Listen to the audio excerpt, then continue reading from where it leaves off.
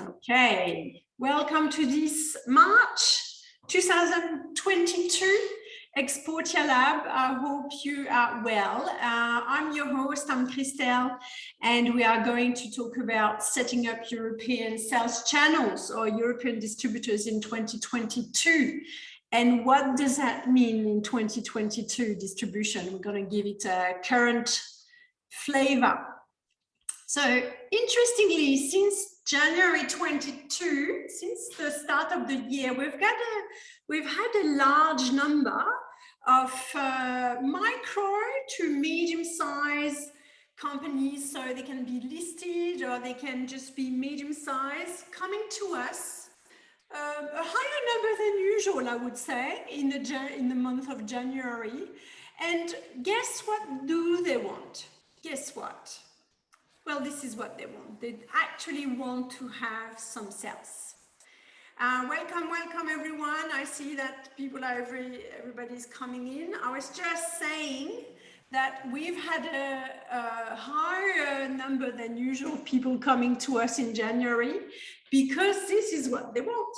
They want sales in 2022. And the reason I chose the topic of European distribution is that, good morning Sanjay, is that it's a very good way to actually get some sales. We've got a few new people in our community today, and so I just would like to introduce myself to them. Sorry for the people that are usually that are our regulars on this Exportia Lab. So my name is Christelle. I'm the founder of Exportia. I have 20 years of sales experience in Europe. And in the last 15 years at Exportia, we have built and a track record of multi-million euros revenue across Europe for non-EU businesses and with our Exportia team, mostly in highly technical and industrial sectors, and to date we are managing a network of about 100 European distributors, Europe-wide, highway, and we are also built and managed sales team across Europe. I'm also an author, a second-time author, writing my third book at the moment, coming in 2022, stay tuned. But my second book, The Four Steps to Generate Your First Million Euros in Sales, was published in 2020 and won the Best Australian Business Book for Sales and Communication. Ultimately, what we do at Exportia is sales. We want our customers to reach their first million euros in sales, and we're very pragmatic and field-oriented. I originally worked for IBM, where I managed a turnover of 40 million euros in Europe, selling technology, software, hardware, and service to large corporates. In 2006, I founded Exportia in Adelaide, and then I moved the business to Sydney, but we are active as Exportia. We are active across Australia. Okay, let's go back to our topic now that I've done my quick introduction. The topic is having a European distribution network can accelerate. Why I chose this topic is having a European distribution network can accelerate your sales by giving you access to a large number of sales reps. So you're demultiplying your forces, but also to a large number of customers. This is what it is doing. And what I see is that there's a knowledge gap among small to medium-sized businesses around distribution and how to negotiate a good agreement, a good partnership. There's a gap there. Especially sometimes in your domestic market, you actually don't have distributors, but you use them for overseas markets. So the knowledge is not always there. And we're going to talk about how to negotiate a good agreement, how to motivate those distributors. It's really important. Often small to medium-sized businesses also don't know what is a good agreement and what can they say no to. They're not always aware of European practices as well, what's acceptable, what you should ask for. So the reason I'm sharing that is because some of those companies that came to us in January, because they wanted to have more sales, had signed very bad deals in terms of distribution. And the difficulty with that is that it can take you a lot of time and energy to get out of a bad deal and to rebuild your market and regain control of your market if you have a bad deal. But not only, it is not only about the agreement. There's a lot of things around distribution and that you can do with distribution. Okay, we're gonna spend, this is our journey ahead. We have 20 minutes. I'll try to make it 15 so that you have time for questions at the end of the session. Feel free to throw them during the session as well. And what we are going to do is focus on our framework around distribution. We have a 5-step framework. I love a good framework. So it's a 5-step to get back to growth. And I'm giving it a little bit of a 2022 flavor today for you to share the latest trend around distribution. Okay, we're going to look at profiling the distribution. What should they look like? We're going to go through the selection process. What does that mean in 2022? What do you need to look for? We are going to look at the engagement process when we start to engage a distributor, and then how to activate and what does that mean and what we're doing that stage as well. And then managing. I say managing distribution is often what's lacking. Okay, let's start with the first step. 1 out of 5, profiling. Okay, let me give you an update on the European distribution in 2022. They usually, what we found among our portfolio of customers and their distributors is that they're placing smaller orders than usual. Before, they would place a large stock order, you would ship it to Europe, and they would then deplete that stock. Now they tend to try to have leaner stock. They've accelerated e-commerce. They're selling more than through e-commerce. Through the pandemic, this is one of the major trends. And they've suffered from shortages as well. A lot of them have. They've suffered from shortages and also from disruption in freight and transport. So be aware of that, and we'll talk about what it means as well. And what we can see is the best distributors, the best performers have transitioned to, even in very traditional sectors, they've transitioned to a hybrid selling model, not only face-to-face traditional sales, best performance. So I've seen your question, Michael. I will respond to it. Thanks for that. So best performance have transitioned to hybrid selling, right? Face-to-face, but also through videos, also through different tactics. Okay, in profiling, what you do is you take your best performers, if you have already distributors in other countries or in your domestic market, and you use them as benchmark. How do they look like? So if you don't have distribution today, stay tuned. We're going to talk about that now in a few slides. Think about your distribution partners in 22. What's important is look at the ones that have been agile and that have resisted the best in 2020, 2021, because that's the one you need to work with. They need to be agile. We know that pandemics will, stay, come and go.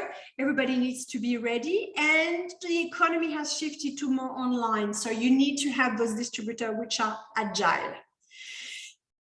Then I have that tool readily available. On some of you that are regulars know that it is our profile of an ideal distribution profile. So just outline your best performers. If you don't have any distributors yet, what you do is you have a think of what territory you would like to cover, what are the best way to sell. Is that online? Is that with a sales team? should there be a sales team looking after tenders? For example, if we look at the medical sector, or if you're targeting government, most importantly, you need to be very clear on what target market they need to have, and they need to talk to on a daily basis and really detail that. And also, what breadth of catalog do they need to have? If they are you need a distributor that responds to tender, you might need them to have a broad range so that they can fill in the entire tender specs. If you want a smaller and active dynamic distributor, which is often one of my preferences in the mix, then you need a smaller range in the catalog. So have a think of these profile characteristics. Another one which is important is what is the profile, what profile of sales reps do they need to have? What technical skills, but also what after sales support do they need to provide? And then competitors' product, do they need to carry any in their range? Would that help you? Or complementary product. If you're selling, I work a lot in safety, and if you sell, somebody selling the glove might sell the helmet, right? So what complementary product should they carry in their range? Do your own ideal distributor profile to start with. That's step one. We have the templates. They are available on our website. Number two, do a selection.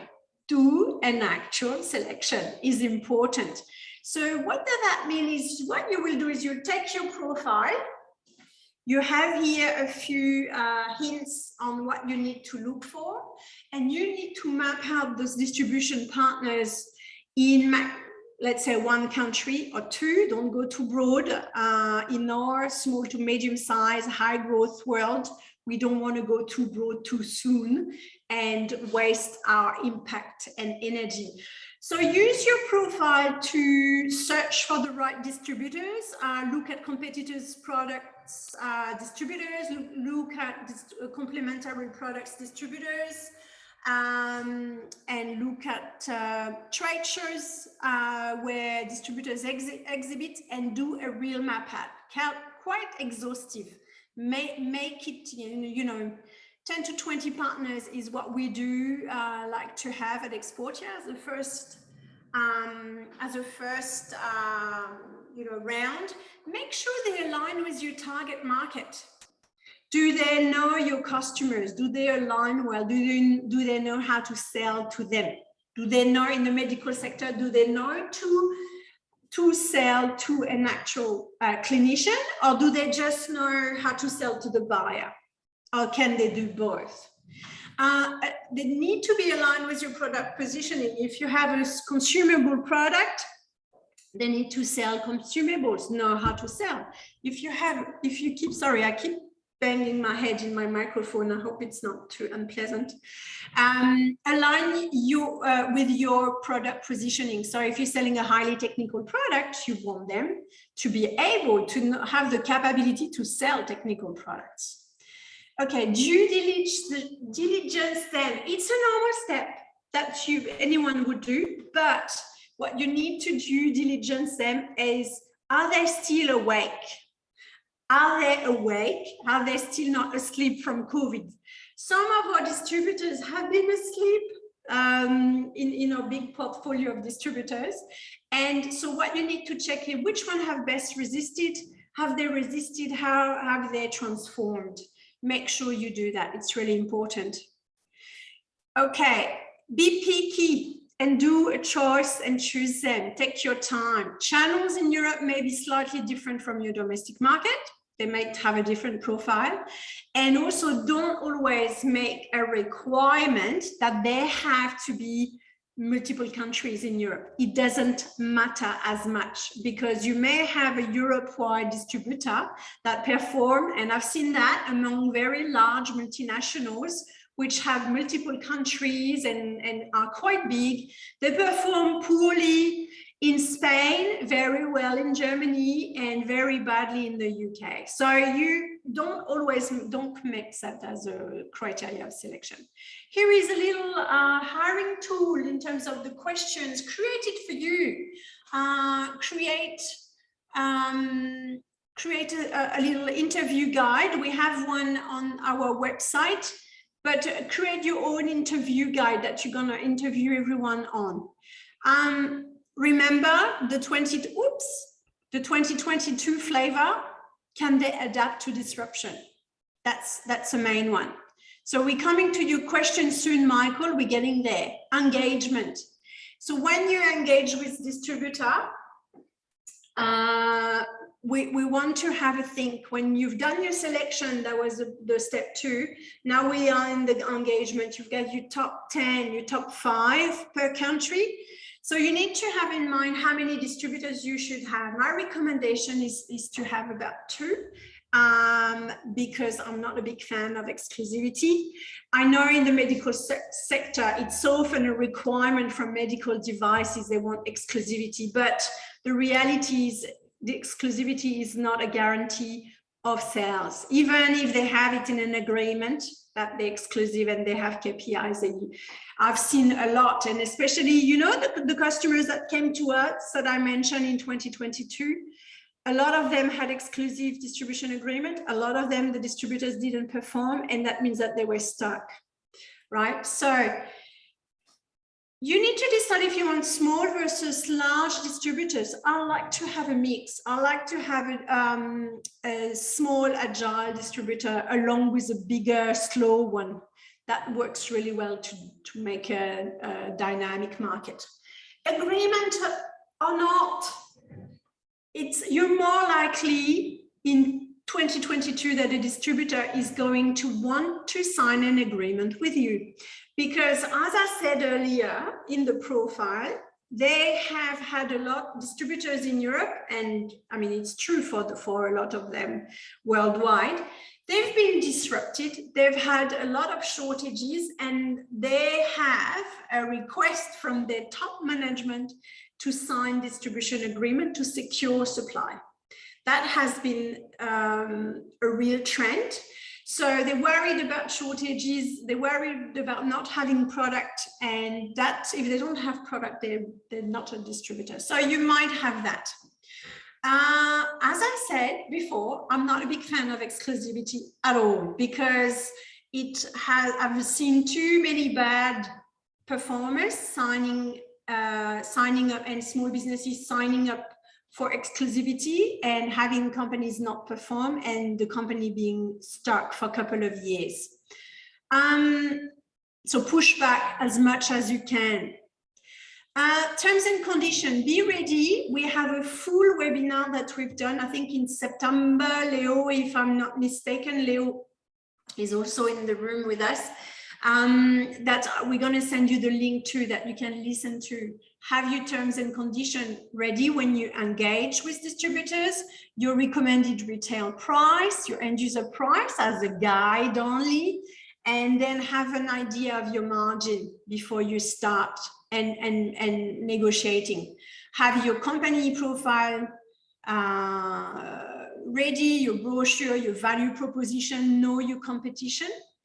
And for 2022, what you need to be ready for is that some of the larger distributors are going to ask you, how are you minimizing your environmental impact? Do you have a green policy? Do you have so that's some of the things that we've seen more and more coming up. So be ready for that. If you're dealing with mostly with smaller distributors, they usually don't have that.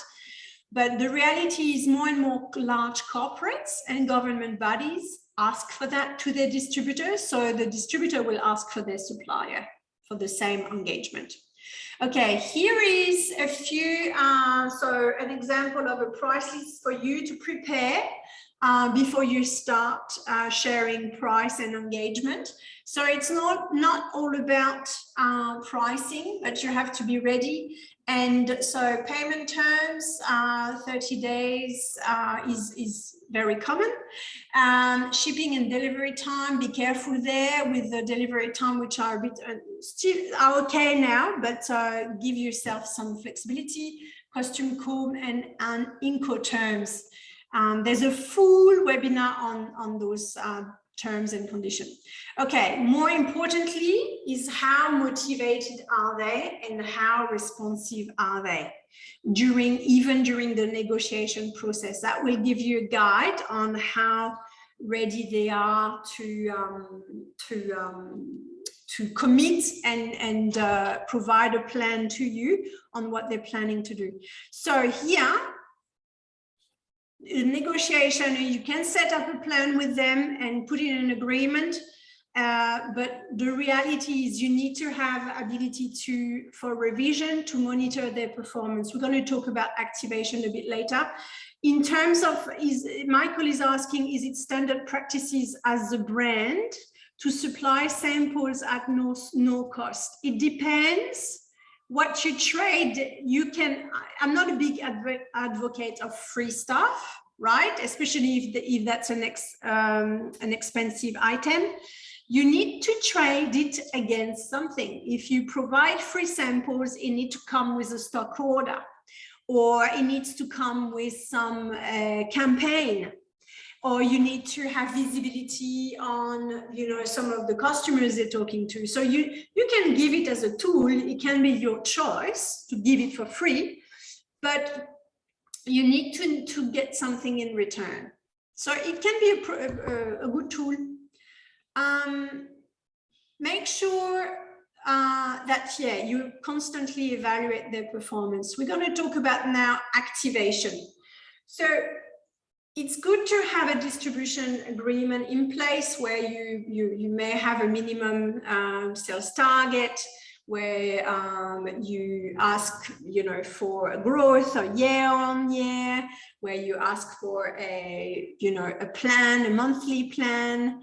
But you really need to activate them. And the way we talk about that, we do that, is you need to train your sales, the sales reps of that sales force, train them on how to sell, preferably in Europe in their language, because this way you can make sure it will be done.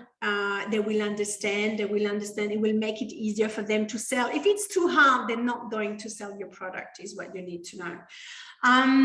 Train them on your product, on how to best sell your product, on your value proposition, and on your positioning. What you need to find out in those distributors team is your champions. Who are going to be the reps within those teams that are going to do the first sale for you? They are going to lead the way for the rest of the team. So you need to find them. You need to equip them to give them the tool on how to sell. That means you can give them samples to them, but just to that champion. You can give them kits. You can super train them more than others and do visits with them. So there's a whole onboarding process.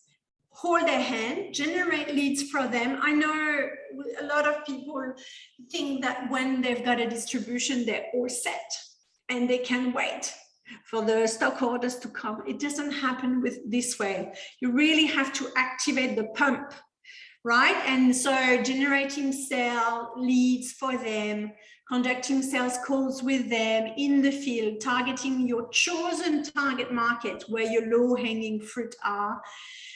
Attend trade shows with them, maybe. Trade shows are coming back up in 2022. Let's be careful there. Still give them brochures and presentation. Last step, and we're coming to almost to our 30 minutes. Unbelievable. Step 5 out of the 5 is to manage. And that's where I see a lot of people go wrong, is there's no management of the distributors. Okay, on a yearly basis, you may have a 3-year agreement. On a yearly basis, define the accounts and the sales target that you want to assign to that distributor. Follow them up. They are you, especially when we are a small business, but larger business do that too. They are your team. They are an extended team. You need to follow them up and manage them. Review their performance with the management team at the distribution level. but also with the team themselves, with the reps, and also report back about your activities, all the things you've done for them this year. And you just want to demonstrate how supportive you are as well to them. That is helpful for negotiation. If you have to renegotiate your contract, you need to build that up and be very clear on what they've done for you. Have they brought some leads to you? What you've brought to them, and is that balanced? Are they getting activated? Very simple. You can have a very simple dashboard like that with them. You know, how many, okay, sales by month, how was it? You know, what are the sales reps questions that are coming up, you know, regularly and that we've responded to? What are the marketing campaigns, maybe the targeting campaigns you've done with some of the reps? Leads list that are ongoing, when are we closing them? And, you know, some visits, what are the visits that have been done? Have a simple tool to manage them, make it easy for yourself. Provide support, technical support to them. There's a good way as well to work and support distributors is to have sales agents. In the US, if you're more familiar with the US market, you have manufacturers agents and manufacturers reps. In Europe, we call them sales agents. So you can, sales agents are paid on commission only. They work very closely with distributors and they can give you an extra coverage. You can also work with distributors on your marketing, do co-marketing case studies. You can build a incentive program for sales representative, and performance management is really important, because if you ever need to exit that distribution relationship, you need to be able to argue and to provide substantiate it, but you also need to support the distributor, give them a chance. I see there is a question there.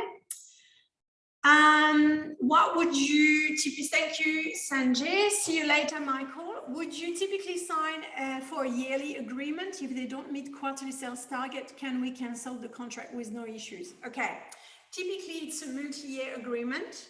But then you would have in that agreement that you would set up a yearly plan. And usually it's good to actually set up the yearly plan with some quarterly target and an overall yearly target.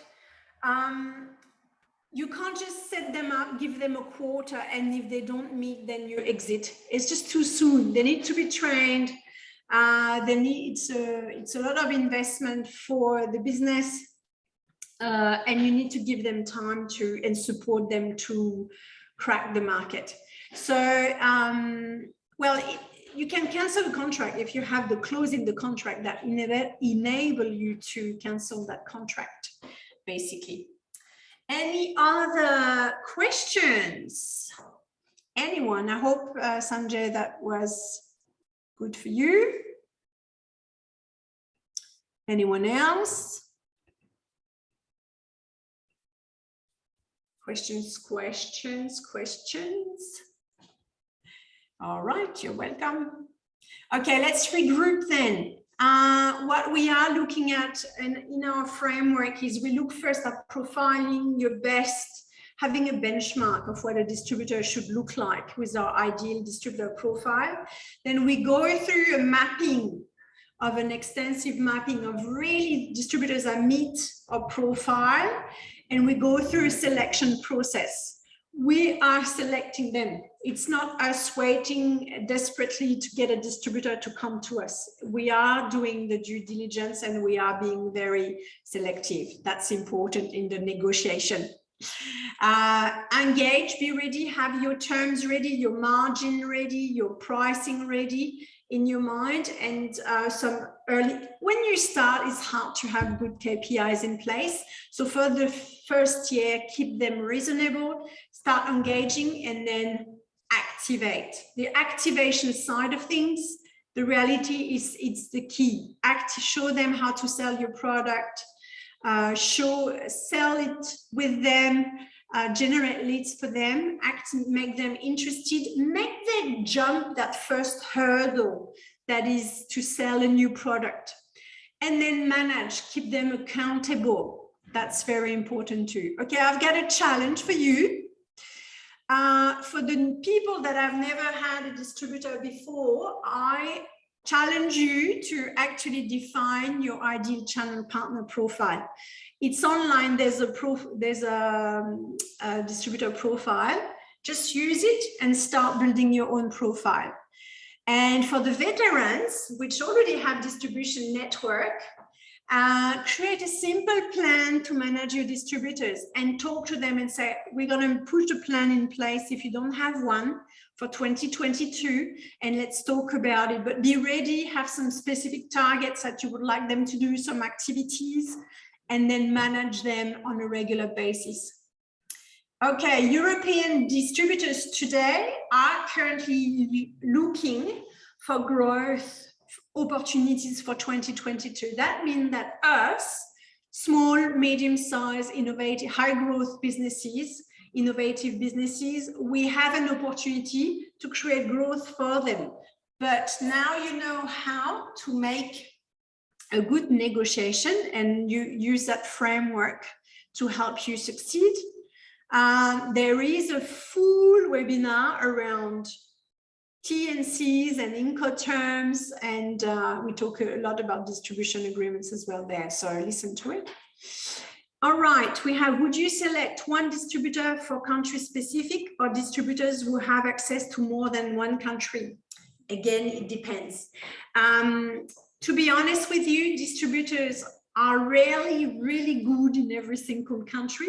So if they are multi-country, I would actually give them the opportunity to perform in their home country first, and then to expand to their territory. They need to justify to you, if they are multi-country, that they have the sales force in the country.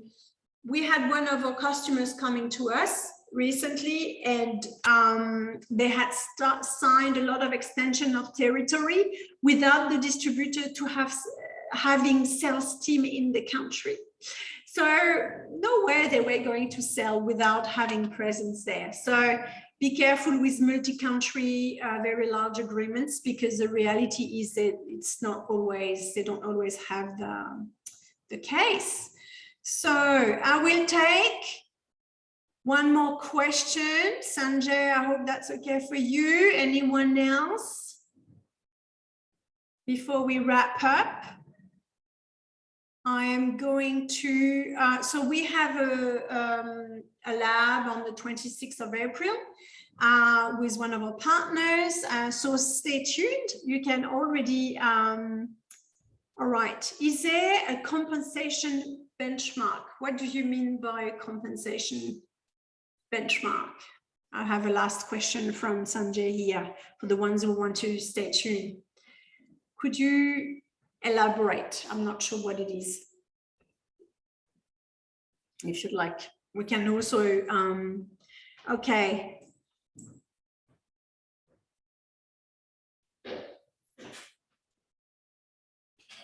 Yes, so I have a question from Tony.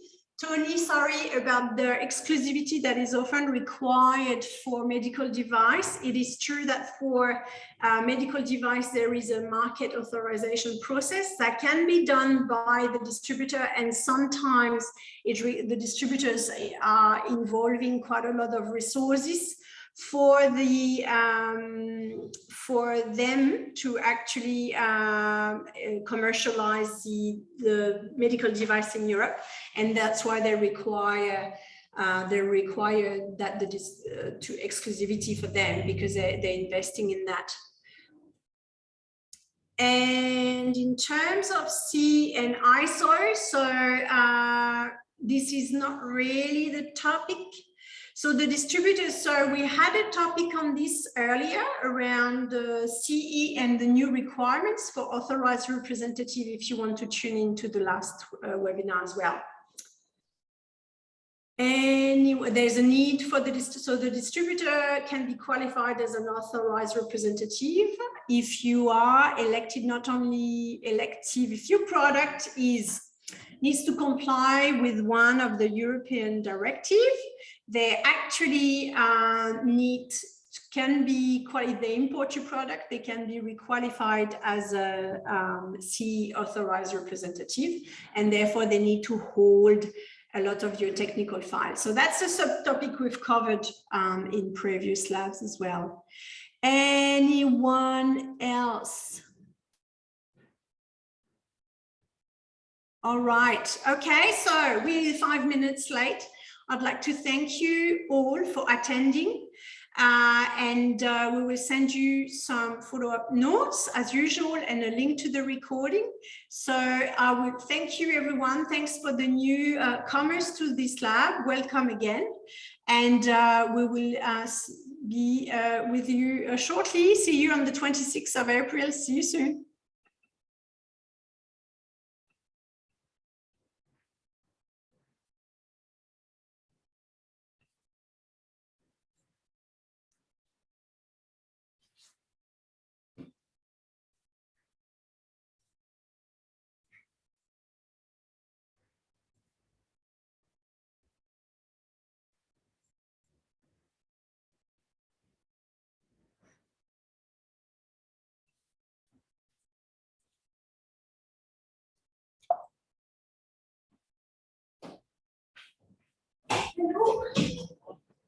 Morning.